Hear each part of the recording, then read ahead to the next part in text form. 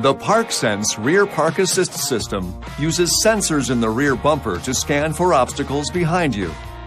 The system activates when you shift into reverse and the vehicle's speed is below 7 miles per hour or 11 kilometers per hour. Push the Parksense button below the climate controls to turn the system on or off. You can adjust system preferences on your touchscreen from Settings in the Safety and Driving Assistance menu.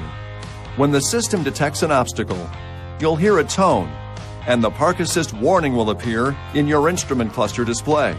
The system will show arcs in the area of the obstacle based on its relative distance and location.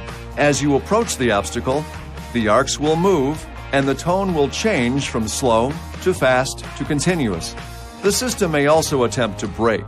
You can turn this braking assist feature on or off in the Safety and Driving Assistance portion of your touchscreen settings.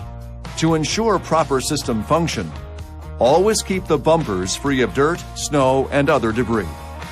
This video is not intended to take the place of your owner's manual. For complete details and other important safety information, please see your owner's information.